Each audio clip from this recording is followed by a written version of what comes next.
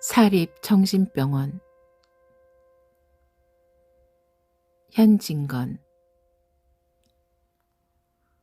생각하면 재작년 겨울일이다. 나는 오래간만에야 고향에 돌아갔었다. 10여 호가 넘던 일갓집들이 가을 바람에 나부끼는 포플러 잎보담도 더 하잘것없이 흩어진 오늘날에야 말이 고향이지 기실 쓸쓸한 타향일 따름이다. 비록 초가일망정 20여 간이나 되는 우리 집도 5간 오막살이로 찌그러들어 성밖 외다른 동리에 초라하게 남았고, 거기는 칠순에 가까운 아버지와 40이 넘은 계모가 턱을 고이고 앉았을 뿐, 아들도 남부럽지 않게 많지만은 제입 풀칠하기에 바쁜 그들은 부모님 봉양할 일은 하나도 없었던 것이다. 몇 달 만에야 한 번, 몇 해 만에야 한 번, 집안으로 기어드는 자식은 자식이 아니요 손님이었다. 쌀밥 한 그릇, 고깃국 한 대접을 만들어 먹이기에 아버지와 어머니가 얼마나 고심하는 것을 잘 아는 나는 얼른 대미나 보고는 선선히 일어서는 것이 항례였다.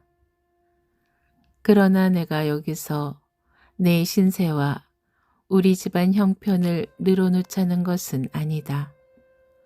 음산하고 참담한 내 동무 하나의 이야기를 기념삼아 적어두자는 것이다. 아버지 집을 총총히 뛰어나온 나의 발길은 몇 안이 되는 친구가 구력부 삼아 모이는 엘군의 사랑으로 향하였다. 그들은 무조건으로 나를 환영해 주었다. 반가움, 즐거움은 이야기의 즐거움으로 옮겨갔다. 서울 형편 이야기, 글 이야기, 생각 이야기를 비롯하여 친구들의 가정에 일어난 에피소드까지 우리의 화제에 올랐다. W군이 어째 보이지 않나? 요새도 은행에 잘 다니나? 나는 그 사랑의 단골축의 하나인 W군의 소식을 물어보았다. 이번 정리통에 그나마 미역국을 먹었네. 하고 주인 되는 L군이 얼굴을 찌푸린다.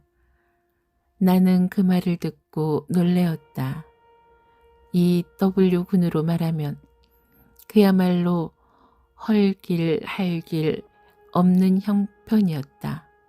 본디 서발막대 거칠 것 없는 가난한 집안에 태어난 그는 18살에 백부에게로 출계를 하게 되었다. 양자간 덕택으로 즉시 장가는 들 수 있었으나 사람 좋은 양부는 남의 빗봉수로 말미암아 씩씩지 않은 시골 살림이 일초에 판들고 말았다. 그는 처가에 몸을 의탁하는 수밖에 없게 되었다. 그러나 처가 또한 넉넉지 못한 형세이다. 조반석 죽도 권할 때가 많았다. 넉넉한 처가살이도 하기 어렵다 하거든 하물며 가난한 처가살이랴. 목으로 넘어가는 밥 한 알 두 알이 바늘과 같이 그의 창자를 찔렀으리라. 이대도록 고생에 부딪히면서도 그는 얼굴 한번 찡그리는 법이 없었다. 그는 언제든지 싱글싱글 웃었다. 그는 말 한마디를 해도 웃지 않고는 못하는 낙천가이였다. 서울에 올라와서 고학을 할 때 살을 에어내는 듯한 겨울날 속옷을 빨다가 손이 몹시 시리면 그는 벌떡 일어나 손을 쩔레쩔레 흔들며 이놈의 손가락이 벼랑간에 왜 뻣뻣해지나? 하고 또 웃었다. 밥을 짓다가 연기가 눈으로 들어가면 눈물이 그렁그렁한 눈을 비비면서도 그는 히히하고 웃기를 잊지 않았다. 그 대신 그의 몸은 여지없이 말라갔다. 뼈하고 가죽만으로만 접한 듯한 얼굴은 바늘로 찔러도 피 한 점 날 것 같지 않았다. 가장 기쁜 듯이 웃을 때면 입가는 마치 누비를 누벼놓은 듯이 여러 가닥 주름이 잡히었다. 만사를 웃고 지내는 그의 연만 처가살이는 견디지 못하였던지 작년 봄에 남의 협호를 얻어 자기 식구를 끌고 나왔다. 백판으로 살림을 차리고 보니 그 궁색한 것이야. 당자 아닌 남으론 상상도 못할 것이 있었으리라.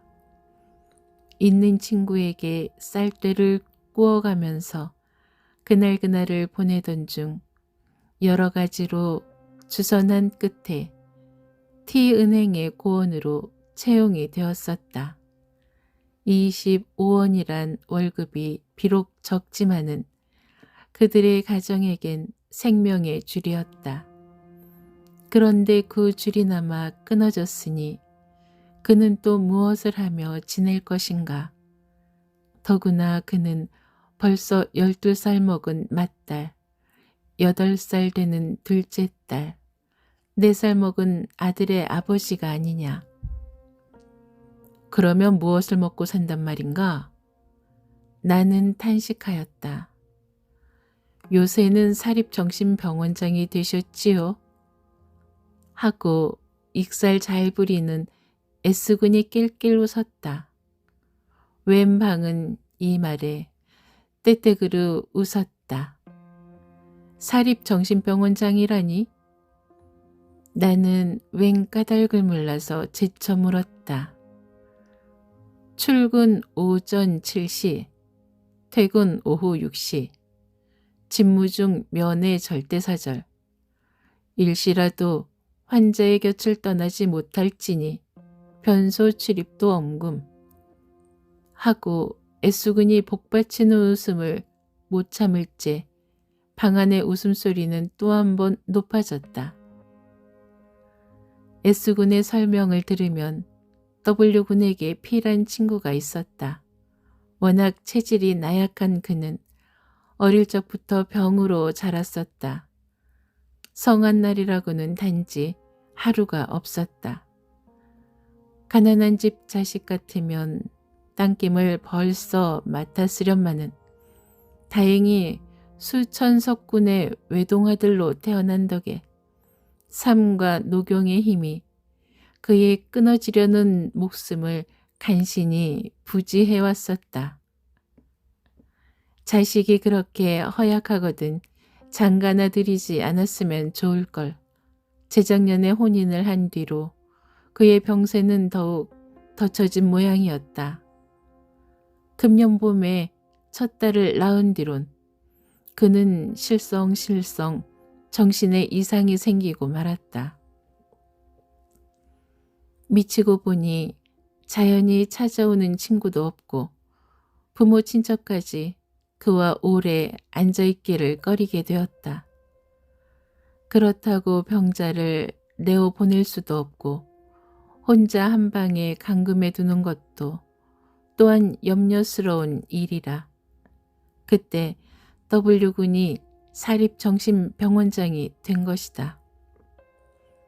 날이 마치도록 미친 이의 말벗이 되고 보호병을 노릇하는 보수로 W군은 한 달에 쌀 한 가마니 돈 10원씩을 받게 된 것이다.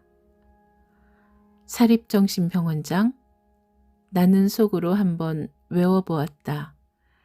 나의 가슴은 한 금은밤 빛같이 캄캄해졌다. 그날 저녁에는 W군을 만났다. 원장 영감, 인제야 퇴근하셨습니까? 하고 S군은 또 낄낄댄다. 방 안에 다시 웃음이 터졌다. SW군은 또한 빙그레 웃었으되 그 샛노란 얼굴엔 잠깐 검은 그림자가 지나가는 듯하였다. 오늘은 별일 없었나? 친구들은 W군을 중심으로 둘러앉으며 L군이 물었다. 그들의 눈에는 호기심이 번쩍이었다. 여보게 말도 말게 오늘은 정말 혼이 났네. 하고 W군은 역시 싱글싱글 웃는다. 왜? 여러 사람의 눈은 호동그래졌다. 지랄이 점점 늘어가나 보네. 오늘은 문을 첩첩이 닫고 늘 하는 그 지랄을 하더니만 칼을 가지고 나를 찌르려고 덤비대. 칼은 또 웬 칼인구? 낮에 밤 까먹으라고 내온 것을 어느새 집어넣었던가 보대. 그래, 곧 그 칼을 빼앗았나? 그까짓 것 안 빼앗았으면 어떨라고. 정말 미친놈이 사람 죽이겠나? 하고 W군은 또 웃었다. 그러나 그의 몸은 웬일인지 추운 듯이 떨고 있었다. 자네도 좀 실성실성하이 그려. 미친놈이 사람을 죽이지 성한 놈이 사람을 죽이나? 거기 모인 친구의 하나인 K군이 그 귀공자다운 흰 얼굴이 조금 푸르러지며 이런 말을 하였다. 성한 사람 같으면 푹 찔르지만 칼을 들고 남의 목에 겨누며 한참 지랄을 하더니 그대로 퍽 쓰러지대 그려. 자네 오늘 운수가 좋았네. 문을 첩첩이 잠그고 그 어두침침한 방 안에서 정말 찔렸으면 어쩔 뻔했나. 하고 L군은 아질아질한 듯이 몸서리를 친다. 문을 왜 쳐잠그는가? 나는 또 설명을 요구하였다. 자네는 참 모를 걸세. 하고 W군은 설명해 주었다. 피해 증세는 소위 공인증이란 것이었다. 천연스럽게 앉아있다가 문득 눈을 홉뜨고 그 백지장 같은 얼굴이 파랗게 질려가지고 아이고 저놈들이 또 온다. 아이고 저놈들이 나를 잡으러 온다. 하고 황급하게 중얼거리며 숨을 곳을 찾는 듯이 방 안을 쩔쩔매다가 여보게 W군 문 좀 닫아주게. 문 좀 닫아주게. 라고 비두발괄하는 법이었다. 그러면 W군은 할 일 없이 사랑 중문을 닫고 그들이 있는 방문이란 방문은 미닫이며 덧창이며 바깥문까지 모조리 다 걸어야 한다.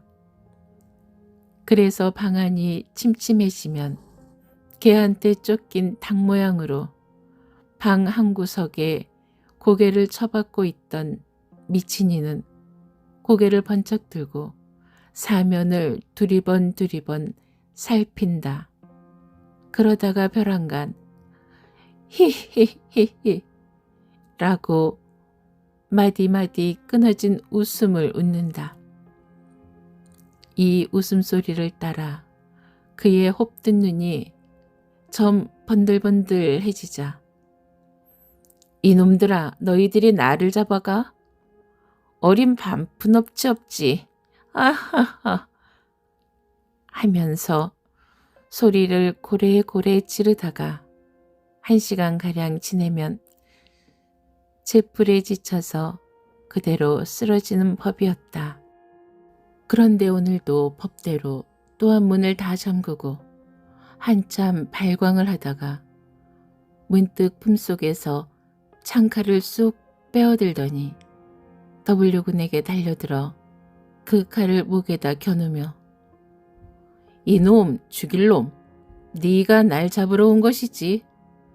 이놈 내 칼에 죽어봐라 하고 소리소리 지르다가 다행히 그대로 쓰러졌다고 한다.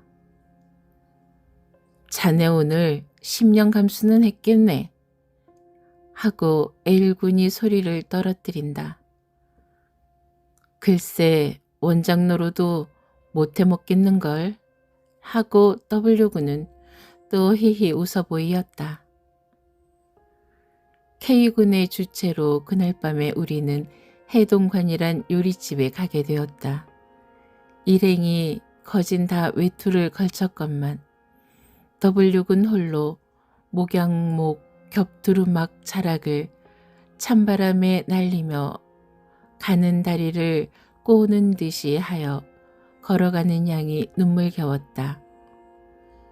요리상은 벌어졌다. 셋이나 부른 기생의 기름내와 분내가 신선로 김과 한대 설이었다. 장고 소리와 가야금 가락이 서로 어루어지자 한가한 고로 웅장한 당가며 멋질리고 구슬픈 육자배기가 단 입김과 함께 둥둥 떠돌았다. 술은 여러 차례 돌았건만 나는 조금도 취해지지를 않았다. W군의 존재가 어쩐지 나의 마음을 어둡게 하였다. 첫째로 그의 주량이 나를 놀래게 하였다.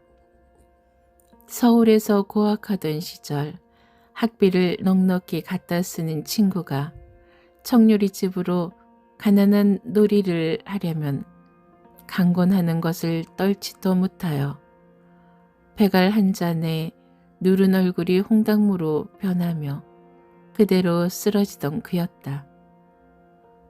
그런데 오늘 저녁엔 비록 정종일망정 10잔이 넘었으되 조금도 취하는 기색이 보이지 않았다.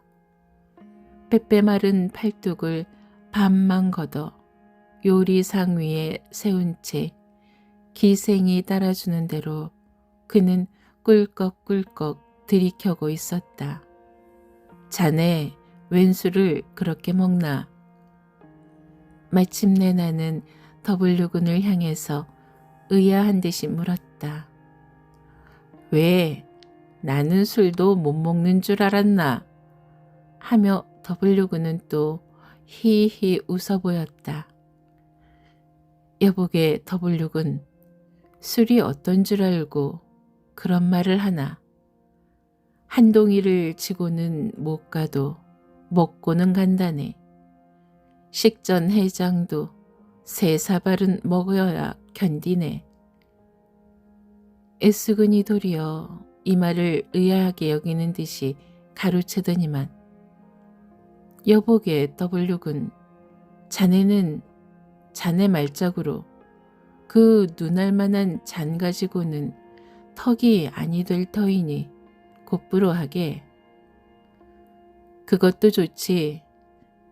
나만 그럴 것 있나? 우리 모두 곧보로 하세 그려. 곧부는 들어왔다. 처음에는 먹을 듯이 모두들 W군의 말에 찬동을 하더니만 곧부에 술을 붓고 보니 끔찍하던지 감히 마시려 들지 않았다. W군 홀로 제 곧보를 기울이고 말았다. 자네들도 들게 그려 하고 한두어 번 권해보았으나 잘들 들지 않음에 저 혼자 연거푸 5잔을 들이킨다. 그는 자기의 비색한 신수와 악착한 형편을 도무지 잊은 듯하였다. 그와 반대로 모인 중에도 자기 혼자 유쾌하고 기쁜 듯하였다. 기생 하나의 장고를 메고 일어서자 앞장서서 얼씬 덜씬 춤을 추니도 W군이었다. 꽉 잠긴 목으로 남 먼저 에라 만수를 찾으니도 W군이었다. 놀이는 끝장날 때가 왔다. 꽹과리 소리가 사람의 귀를 찢었다. 춤추다가 쓰러지는 사람이 하나씩 둘씩 늘게 되었다. 인제 그만 가세 그려. 술이 덜 취한 엘군이 마침내 이런 제의를 하였다. 우리는 그 말에 찬동을 하며 외투를 떼어 입었다. 그때에도 한 팔로 요리상을 짚고 몸을 가누지 못하면서도 아직 술병을 기울이고 있던 W군은 문득 뽀이를 불러서 신문지를 가져오라 하였다. 신문지를 받아들자 그는 약식이며 떡 같은 것을 주섬주섬 싸기 시작하였다. 여보게 창피하네. 그만두게. K군이 눈썹을 찡기며 말렸다. 어떤가 내 돈 준 것 내 가져가는데. 하고 W군은 역시 웃으며 벌벌 떠는 손으로 쌀 것을 줍기에 바쁘다. 인제 그만 싸게. 에이 창피스러워. 하며 K군은 고개를 돌린다. 마침내 W군은 쌀 것을 다 싸가지고 송편과 약식이 삐죽삐죽 나오는 봉지를 들고 비슬비슬 일어선다.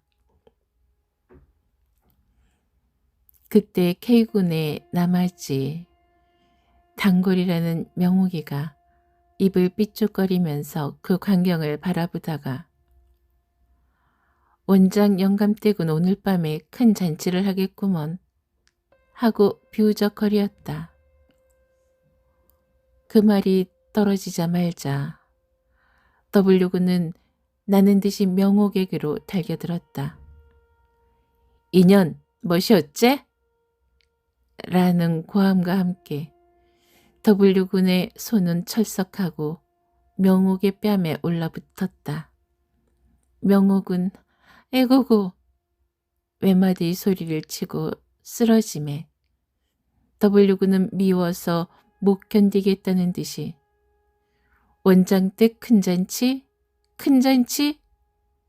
라고 내이면서 발길로 엎어진 계집의 허리를 찼다. 이 야단통에 W군의 떡선 봉지는 방바닥에 떨어져 흩어졌다. 나는 이 싸움의 원인이요 사랑에 뭉친 봉지를 얼른 주어서 방 한 구석 잠고 얹었던 자리 위에 올려두었다. 싸움은 벌어졌다. K군이 명옥의 역성을 들며 W군에게 덤빈 까닭이다.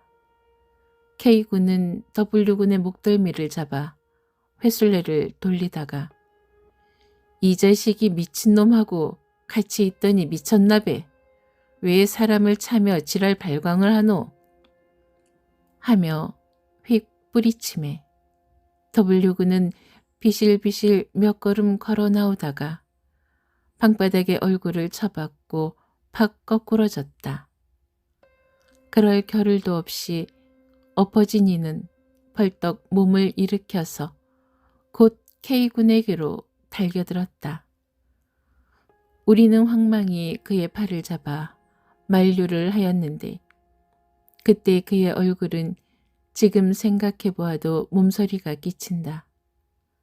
엎어질 때 다쳤음이리라. 앙담은 이빨엔 피가 흘렀다. 그 건성 드뭇한 눈썹이 아라리 일어섰으며 핏발선 눈엔 그야말로 불이 나는 듯하였고 이마엔 마른 가죽을 뚫고 나올 듯이 푸른 힘줄이 섰다. 그러나 그것보담도 마치 납을 끓여 부은 듯한 그 얼굴빛, 실룩실룩하는 살점 하나하나이 떠는 듯한 그 꼴이란 더할 수 없이 무서웠다. 입에 거품을 버글버글 흘리고 미친놈하고 같이 있으면 어쩌단 말이냐. 미쳤으면 어쨌단 말이냐. 너는 돈 있다고. 너는 돈 있다고. 하고 이를 빠드득 빠드득 갈아붙이며 K군을 향해 몸부림을 쳤다.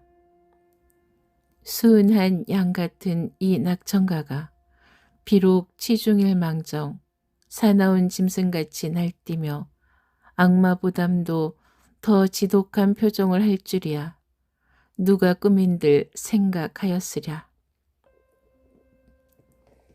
간신히 뜯어 말려서 먼저 K군을 보내고 L군과 S군과 나는 이 W군을 진정시켜서 얼마 만에야 그 요리집 방문을 나오려 하였다. 그때 W군은 무엇을 찾는 듯이 연애 방안을 살피다가 아까 내가 얹어둔 봉지를 발견하자 그의 눈은 이상하게 번쩍이었다. 그의 뜻을 지레 짐작한 나는 얼른 그 봉지를 집음해 그는 내 손에서 그 봉지를 빼앗듯이 받아가지고 방바닥에 태기를 쳤다. 그러자 그는 헤어진 음식 위에 거꾸러져서 엉엉 울기 시작하였다. 그의 얼굴과 손은 약식 투성이가 되고 말았다. 복돌아, 약식 안 먹어도 산다. 복돌아, 송편 안 먹어도 산다. 한동안 그는 제 아들 이름을 부르며 목을 놓고 울었다. 문득 울음을 뚝 그친 그는 무엇을 노리는 듯이 제 앞을 바라보더니만 나를 향하여 여보게 칼로 푹 찔러 죽이는 것이 어떻겠나. 우리는 어리둥절하며 그의 입만 바라보았다. 아니 그럴 일이 아니다. 그 어린 것을 칼로 찌를 거야 있나. 차라리 목을 눌러 죽이지. 목을 누르면 내 소나기 밑에서 파득파득 하겠지. 여보게 누구를 죽인단 말인가. 마침내 나는 물어보았다. 우리 복돌이를 말일세. 하나씩 하나씩 죽이는 것보담 모두 비끄러 매놓고 불을 질러버릴까? 나는 그 말을 듣고 전신에 소름이 끼치었다. 흥, 내 자식 죽이면 저희들은 성할 줄 알고. 흥, 그놈들도 내 손에 좀 죽어야 될걸. 하고 벼랑간 그는 소리쳐 웃었다. S군이 W군과 바로 한 이웃에 살기 때문에 우리는 그에게 취한 일을 맡기고 돌아왔었다. 그 이튿날 S군의 말을 들은즉 W군의 집에서 악먹구리떼 같은 어른과 아이의 울음이 하도 요란하기에 자다가 말고 가보니 W군 부인은 어떻게 맞았던지 마루에 늘어진 채 갱신도 못하고 아이 새끼는 기둥 하나에 하나씩 밧줄로 친친 메어두었으며 W군은 손에 성냥을 쥔 대로 마당에 쓰러져 쿨쿨 코를 골고 있었다고 한다. 그 다음 날 차로 나는 서울로 올라왔다. W군은 사립정신병원에 사무가 바빠 나를 전송도 해주지 못하였다. 그런 일이 있은 후 5달가량 지냈으리라. 나는 L군으로부터 편지를 받았다. W군이 마침내 미치고 말았다. 그는 오늘 아침에 P군을 단도로 찔러 그 자리에 죽이고 말았네. P군의 미친 칼에 죽을 뻔하던 그는 도리어 P군을 죽이고 만 것일세. 나는 이 편지를 보고 물론 놀래었으되 어쩐지 의뢰의 생길 참극이 마침내 실현되고 만 것 같았다.